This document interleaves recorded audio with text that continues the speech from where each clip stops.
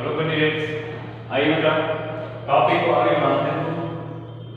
Class 11th class की chemistry topic जो है वो है द स्ट्रक्चर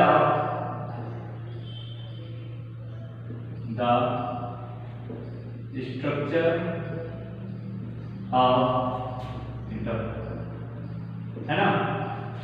कल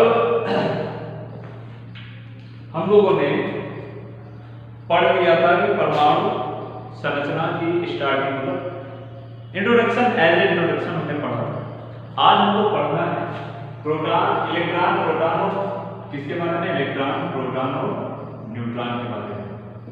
ठीक है, अगर इसके मास की बात की जाए बच्चा, तो इलेक्ट्रॉन का जो द्रव्यमान होता है 1.1 × 10⁻⁻, वैसे इसका पूरा द्रव्यमान होता है 1.1095 × 10⁻31 ग्राम। ठीक है, प्रोटॉन का द्रव्यमान जो होता है वो होता है 1.67 × 10⁻27 ग्राम। न्यूट्रॉन का द्रव्यमान होता है 1.6 × 10⁻27 ग्राम। चलिए ये बात हो गई। अब इलेक्ट्रॉन के लिए अगर इसके आवेश की बात की जाए, ये हम किसकी बात कीजिए, द्रव्यमान की बात की। हम अगर इसके आवेश की बात करें तो भाई इलेक्ट्रॉन का आवेश कितना होता है, माइनस में होता है, और उतना ही आवेश होता है जितना प्रोटॉन का होता है, तो -1.6 × 10⁻90 कूलम। ठीक है, प्रोटॉन का आवेश जो होता है वो प्लस में होता है, लेकिन प्रोटॉन और इलेक्ट्रॉन के आवेश की मात्रा हमेशा समान रहती है। भिन्न क्या रहता है, जो असमान है वो क्या है, वो है ये चिन्ह, और ये चिन्ह दर्शाता है दिशा। ठीक है, किस प्रकार की दिशा, यदि प्लस है तो दक्षिणावर्त, यदि प्लस है तो कैसी दिशा बेटा, दक्षिणावर्त दिशा। क्यों, क्योंकि ये होता है आपका जो अक्ष है, ये प्लस, ये माइनस, ये प्लस, ये माइनस।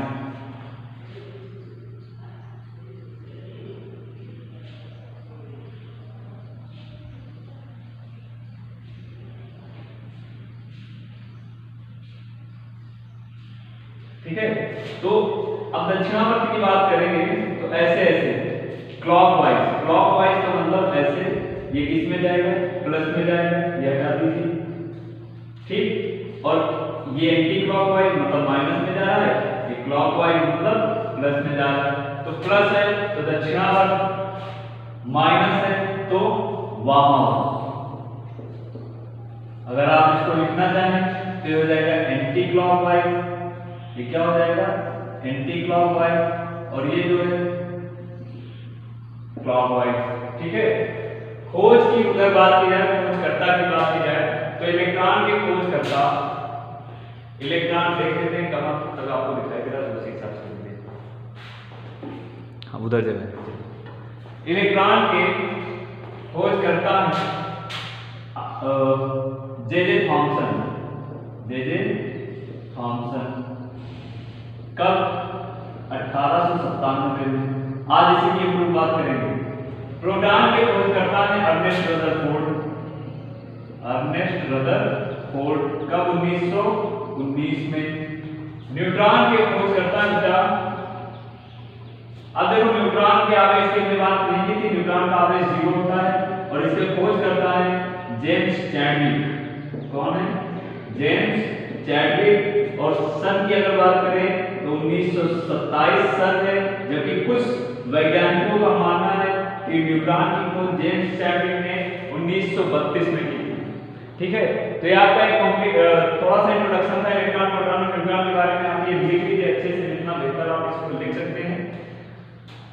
वैसे इनका जो द्रव्यमान होता है AMU में भी नापा जाता है, हमने यहाँ पर नहीं बताया। क्यों, क्योंकि हम यहाँ पर इसका एनालिसिस करेंगे आगे जाकर, और जब एनालिसिस हो जाएगा तब जाकर इसकी बात करेंगे। AMU में प्रोटॉन और न्यूट्रॉन इन दोनों का जो द्रव्यमान होता है वो बराबर होता है। वैसे भी यहाँ पे देखिए बराबर है ना, एक AMU होता है, लेकिन कैसे आता है ये आपको बताया जाएगा, इसलिए उसकी बात नहीं की गई। तो आइए आगे टॉपिक बढ़ाते हैं, इलेक्ट्रॉन की खोज की बात करते हैं। क्या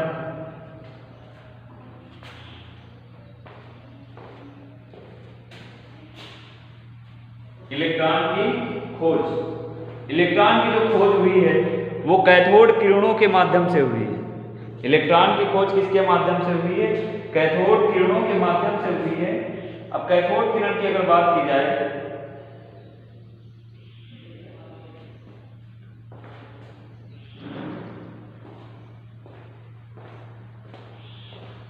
1859 ईस्वी में, ठीक है, एक वैज्ञानिक थे, वैज्ञानिक का नाम केपलर था शायद, हाँ।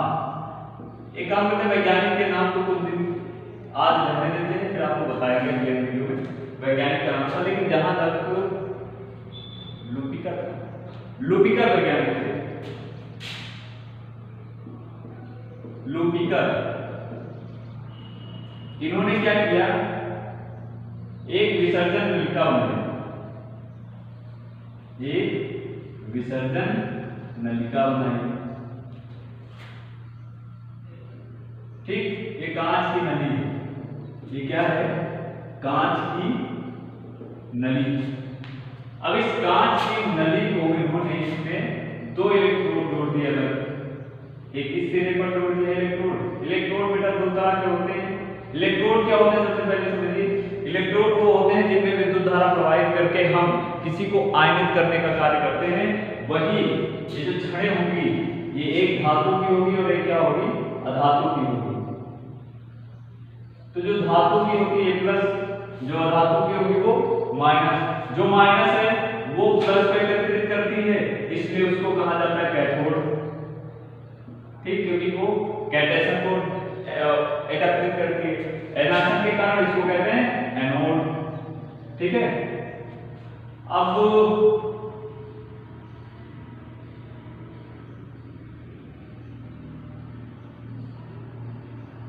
इसमें हम इलेक्ट्रिसिटी प्रवाहित करेंगे, ठीक है। तो कांच की नली जो लिखा हुआ है आप समझ पाएंगे, कांच की नली, इसमें इलेक्ट्रिसिटी प्रवाहित करवाना है, ठीक है। यहाँ पे बैटरी जोड़ देंगे या सेल को जोड़ देंगे, ठीक।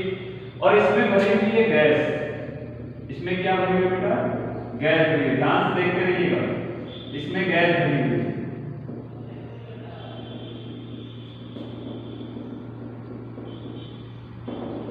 कोई भी गैस भरी हो, इनको कोई प्रॉपर गैस नहीं लेना कि O2 ही रहेगी, कोई भी गैस भरी हो। और ये माइनस ध्यान है ना, ये माइनस है और ये क्या है? प्लस है, मतलब ये धातु का बना हुआ और ये अधातु का बना हुआ। जैसे ही इसमें विद्युत धारा प्रवाहित की जाती है, कुछ प्रमुख किरणें माइनस सिरे से निकलती हैं और किसकी ओर जाने लगती हैं? प्लस की ओर जाने लगती हैं। कुछ किरणें यहाँ से निकलती हैं, वो माइनस से निकलकर किसकी ओर जाने लगती हैं? प्लस की ओर जाने लगती हैं। तो इन किरणों का नाम दिया गया कैथोड किरणें। क्या नाम दिया गया? कैथोड किरणें या कैथोड रेज, ठीक है। 1859 में ये प्रयोग किया गया। इस कांच की नली को क्या कहा गया? विसर्जन नलिका कहा गया। क्यों? क्योंकि इसमें किरणों का क्या होता है? विसर्जन होता है, ठीक है। अब इसके प्रेक्षण देखिए ध्यान से, अब इसके प्रेक्षण लिखे गए, इसके प्रेक्षण लिखे गए और कुल प्रेक्षण जो आया वो 3 आया। सबसे पहला प्रेक्षण क्या आया? पहला प्रेक्षण ये आएगा कि ये जब ऐसा प्रयोग किया जा रहा था तब क्या किया गया कि एक इसके बीच में एक प्लेट रख दी गई, क्रॉस रख दिया गया, ठीक है। ऐसे क्रॉस करके रख दिया जाएगा, एक क्रॉस बना रहा होगा ऐसे करके, ठीक है। तो ये क्रॉस रख दिया गया है, एक क्रॉस रखा गया जिसकी ऊंचाई इसके थोड़ा ऊपर थोड़ा ऊपर पहले रखा गया।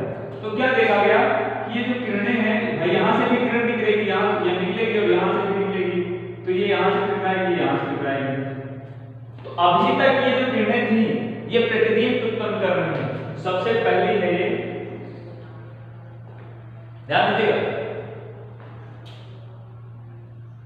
कैथोड किरणें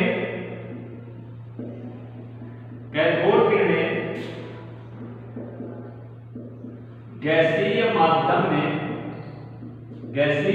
माध्यम में किस पर, एनोड क्षण पर प्रतिदीप्ति या प्रदीप्ति हरे रंग की दीप्ति उत्पन्न करती है। सबसे पहला प्रेक्षण हरे रंग की दीप्ति उत्पन्न करती है। देखा गया कि जैसे ही विद्युत धारा प्रवाहित कराई जाती है तो अभी तक यहाँ पर कोई रंग नहीं था, पर इधर से इधर जाता हुआ एक रंग दिखाई दिया। तो इसका मतलब ये है कि इधर से इधर जा रहा है, तो इसका मतलब यहाँ से प्रवाहित हो रहा है, ये किरणें यहाँ से निकल रही हैं, और किरणें जब निकलेंगी तो कोई ना कोई रंग होगा ही, और वो रंग कैसा था, हरा रंग था। हरे रंग की दीप्ति उत्पन्न करती है। दूसरी कंडीशन क्या है कि ये जो कैथोड किरणें हैं, कैथोड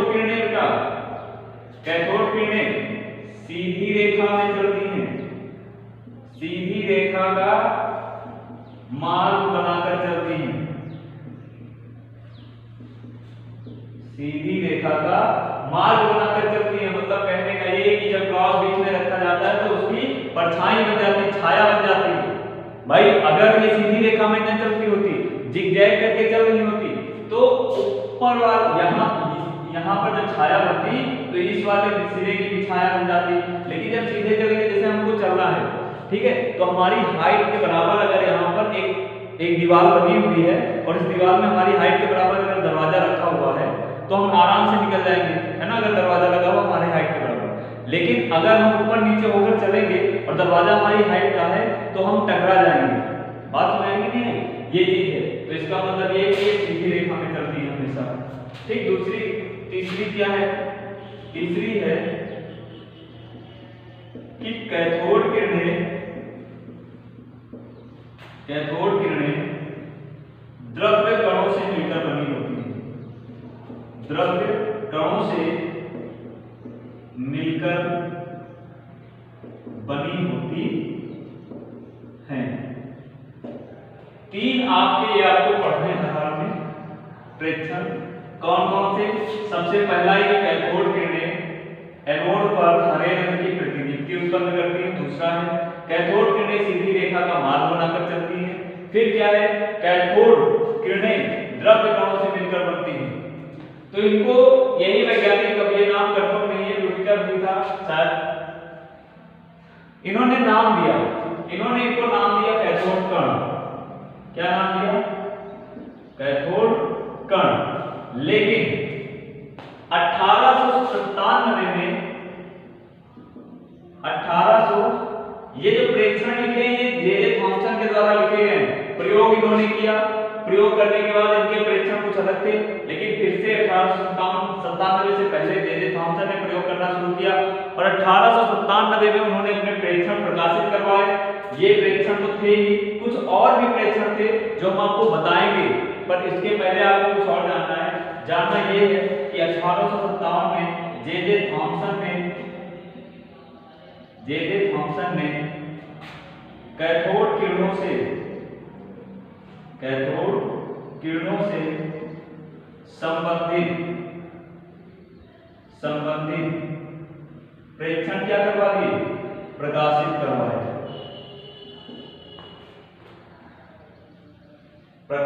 करवाए, ये बात हो गई। बस बेटा इसमें अब इतनी बात करनी है, प्रकाशित करवाए। आगे जाकर आपको इतना पढ़ना है कि इलेक्ट्रॉन का नाम किसी और ने दिया, ये अब अगले दिन बताएंगे, ठीक है। इलेक्ट्रॉन का नाम किसी और ने दिया, नाम ये शब्द नाम किसी और ने दिया, लेकिन खोज किसने की है, जे थॉमसन ने। अच्छे से पढ़िए, टॉपिक को नोट करिए, बाकी आपको अगले वीडियो में बताया जाएगा।